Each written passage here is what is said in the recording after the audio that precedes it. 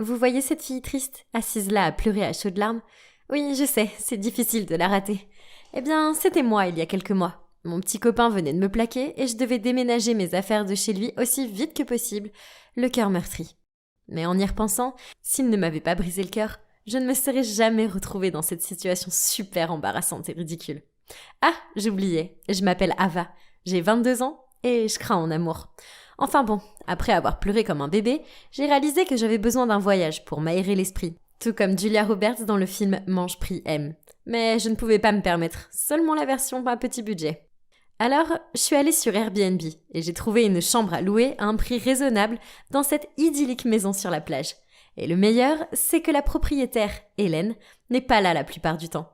Donc c'est comme si je louais toute la maison pour le prix d'une seule chambre. Génial. Hop, réservé. Il fallait que je sorte de ce cauchemar émotionnel au plus vite. Comme prévu, Hélène n'était pas là quand je suis arrivée. Et la clé était cachée sous un pot de fleurs à côté de la porte. Je l'ai trouvée, puis je suis entrée. Et waouh, c'était comme pénétrer dans une maison de poupées rétro grandeur nature. Du mobilier chic au papier peint stylé. J'adorais. Cette Hélène avait sacré bon goût. Oh, il y avait même un tourne-disque. Si j'avais su, j'aurais apporté mes vinyles. Mais, sa collection n'était pas si minable. Je devais admettre que l'idée d'avoir une amie cool comme cette Hélène me plaisait pas mal. J'étais déterminée à la rencontrer parce que, oui, cela faisait 5 merveilleux jours que j'étais là et je ne l'avais toujours pas croisée. Alors un soir, je me suis installée dans le salon et j'ai regardé un film en l'attendant. Elle a fini par arriver à 2h du mat. Eh bien, cette fille ne plaisantait pas quand elle disait qu'il s'agissait de rentrer tard. Je l'ai saluée en disant « Hey, j'ai vu que tu avais un appareil photo argentique Exakta de 35 mm. C'est trop cool. Aussi, est-ce que ça te dérange si je jette un coup d'œil à tes vinyles ?» Elle a répondu, l'air un peu perplexe. J'ai un « Quoi ?»« Oh, tu parles de ces vieux trucs rouillés ?» C'est à mon frère. Je doute que ça le dérange. Il n'arrête pas de m'en parler, donc je pense qu'il sera content s'il y a quelqu'un dans cette maison qui parle la même langue que lui. Oh, ils appartiennent à ton frère? Comme c'est intéressant. Je me demandais s'il était mignon. Et sa personnalité? Était-ce un artiste à l'âme généreuse? Rêvasser à propos de cet homme mystérieux est alors devenu un vrai rituel pour moi. Oh mon Dieu, étais-je déjà en train de fantasmer sur un type que je n'avais jamais rencontré? Étais-je désespérée à ce point-là? Un jour, je suis rentrée après avoir fait les courses. J'étais épuisée, donc j'ai jeté mes provisions dans la cuisine et me suis jetée sur la pile de couvertures qui se trouvait sur mon lit. Mais ce n'était pas seulement des couvertures. Quoi? Il y avait quelqu'un dessous. On s'est cogné la tête. Oh oui. J'ai enlevé les couvertures pour dégager ce pervers. Hein? Je connaissais ce type. C'était mon ex. Mais que pouvait-il bien faire ici? Ah, pour info, ce n'était pas mon ex actuel. C'était Nolan. On sortait ensemble au lycée, mais ça faisait très longtemps que je ne lui avais pas parlé. Alors, il s'avère que ce soit lui, le mystérieux frère d'Hélène. Ah, tout ce temps, je fantasmais sans le vouloir sur mon stupide ex-copain. C'était logique d'une certaine façon, parce qu'on avait toujours eu plein de points communs. Mais merci l'univers d'avoir ruiné mes vacances. Après un regard tueur, je lui ai demandé pourquoi il avait l'audace de faire la sieste dans mon lit. Il a reniflé puis a répliqué « Ton lit, c'est ma maison. Et ma chambre. La question, c'est qu'est-ce que tu fais ici? À contre-cœur, je lui ai tout expliqué. Et il semblerait qu'il était censé être en voyage d'affaires pendant 2 mois. Alors Hélène avait loué sa chambre via Airbnb sans lui demander la permission. Le problème étant qu'il était rentré plus tôt. Il a haussé les épaules et a dit « Je suis rentré maintenant, alors tu peux ranger tes affaires et t'en aller. Je demanderai à Hélène de te rembourser. » Ou autre. Ça m'a énervée. J'avais payé pour la chambre, j'avais des droits. Alors, je ne bougerai pas. Je lui ai dit « Je ne vais nulle part. Tu vas devoir dormir sur le canapé. » Il n'a pas eu l'air très content. En fait, il grommelait tout en quittant la pièce. Mais au moins, il était parti. J'ai pensé que c'était bon, mais je me trompais. Et c'est là que la guerre pour la chambre a été déclarée. Le matin suivant, je me suis éveillée au son d'étranges cris rauques. Puis, j'ai senti quelque chose s'agiter sur mon visage. Encore endormie, j'ai essayé de le repousser, puis j'ai ouvert les yeux. Une énorme mouette me regardait. « Ah! Nolan !» Il y en avait une 12aine qui traînaient dans la pièce, picorant et battant des ailes autour de mes affaires. Ça m'a pris plus d'1 heure pour les chasser par la fenêtre. Après quoi, j'étais si furieuse que je me suis enfermée dans la salle de bain. 30 minutes plus tard, Nolan martelait la porte. Il avait urgemment besoin d'utiliser les toilettes. J'ai ouvert la porte avec un sourire diabolique et je l'ai frôlé en sortant. Peu après, j'ai entendu des cris de mécontentement. Ouais, j'avais enveloppé les toilettes de scotch. Ah, j'en avais pas encore fini avec lui. Alors le soir, j'ai éparpillé des miettes de cookies sur le canapé. Ce qui a fait que le lendemain suivant, il s'est réveillé couvert de morsures de fourmis, ressemblant à un dessin à points à relier grandeur nature. Ah, yes! 2 contre 1. Loser. Ça a continué ainsi pendant quelques jours.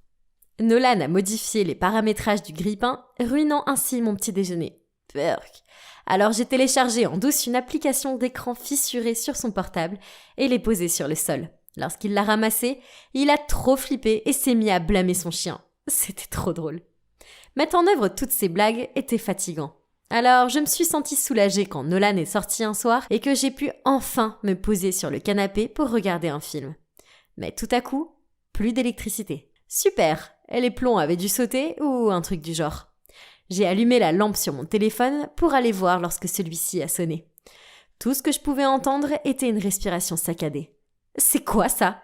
J'ai raccroché et mon corps s'est mis à trembler. Soudain, la porte s'est ouverte et Ghostface est apparu. Terrifiée, je me suis tenu la tête et j'ai crié comme une folle. Puis j'ai entendu quelqu'un m'appeler par mon prénom. « Ava! Ava! C'est moi, Nolan! Tout va bien !» J'ai été si heureuse de le voir que je me suis jetée dans ses bras en pleurant. « S'il te plaît, ne pleure pas, je suis là », a-t-il dit d'une voix douce tout en me serrant dans ses bras. Je me suis sentie en sécurité. Qu'est-ce qu'il tenait dans sa main ? C'était un masque de Ghostface. C'était lui ? Il savait que je détestais les films d'horreur. Quel imbécile ! J'ai crié en le repoussant. « Bon Dieu, t'es vraiment taré !» Il a répliqué en souriant. Ça valait la peine, parce que le câlin était si bon. Purée, je détestais ce type. Après quoi, je l'ai évité. Bon, ok, je me suis prise à l'observer et ressentir cette étrange sensation de chaleur m'envahir. Un jour, il jouait avec son chien sur la plage et je l'ai regardé de la terrasse. Est-ce que j'avais le béguin pour mon ex ? Mon Dieu, surtout pas, parce que ce serait pathétique. Mais je devais admettre que, bien, ces blagues étaient franchement énervantes, elles étaient quand même un peu drôles. Ça me rappelait les jours où on était ensemble. On était vraiment heureux à l'époque. Mais rien n'est éternel. Hélène est alors arrivée avec 2 tasses de café et on a commencé à discuter. Je lui ai raconté à quel point son frère était agaçant. Elle a rigolé avant de répondre « Je sais, désolée, je ne savais pas que vous étiez sortis ensemble. Sinon, je ne t'aurais pas loué la chambre. Je comprends que ce soit gênant pour toi. Surtout parce que c'est toi qui as rompu, non ? » J'ai fait quoi ? C'est lui qui avait rompu parce qu'il avait déménagé et ne supportait pas la distance. Pire, il l'avait fait par une stupide lettre. Elle a répondu, l'air perplexe. « Oh, c'est bizarre. Il m'a dit qu'il t'avait écrit une lettre pour te révéler ses sentiments. Et ensuite, tu lui as crié que c'était terminé. » J'ai répliqué. Sa lettre disait « Je t'aime et tout, mais cette distance, c'est super effrayant. » C'était assez évident qu'il voulait terminer notre relation. Et elle a dit en secouant la tête « Non, je crois qu'il voulait juste dire à quel point tu comptais pour lui. De toute évidence, mon cher frère n'est pas doué pour l'écriture. » Quel idiot! Je lui ai dit qu'il aurait dû me laisser relire sa stupide lettre d'amour. Ainsi, il s'avère que notre rupture a été un malentendu. Je veux dire, franchement, qui écrit des lettres de nos jours ? Enfin, le passé était le passé. Alors j'ai décidé qu'il valait mieux en rester là. En plus, il ne me restait plus que quelques jours à passer ici. Le dernier jour, j'ai fait mes affaires et j'ai dit au revoir à Hélène. Je devais admettre que cet endroit allait me manquer. Nolan était introuvable.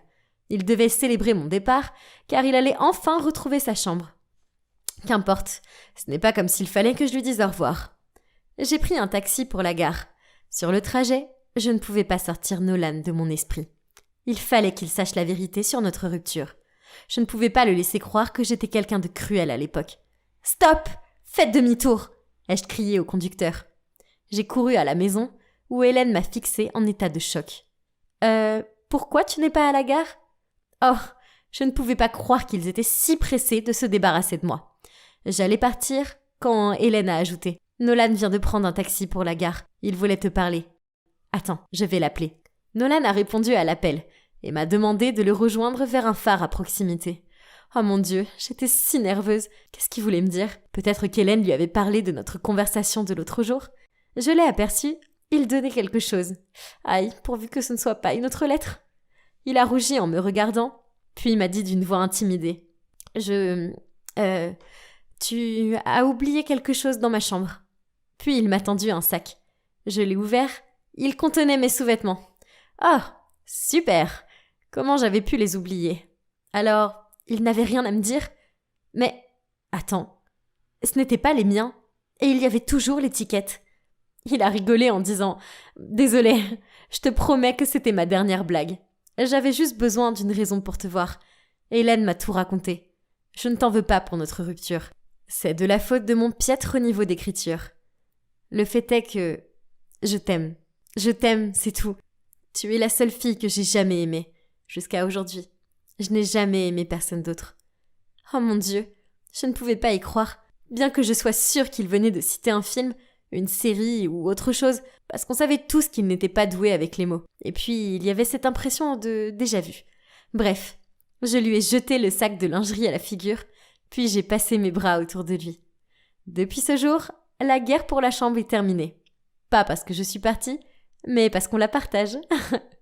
Laissez-moi vous dire un truc. En fait, il n'y a pas grand-chose à dire. Juste, quand votre copain vous écrit une lettre, faites attention à la lire avec beaucoup d'attention.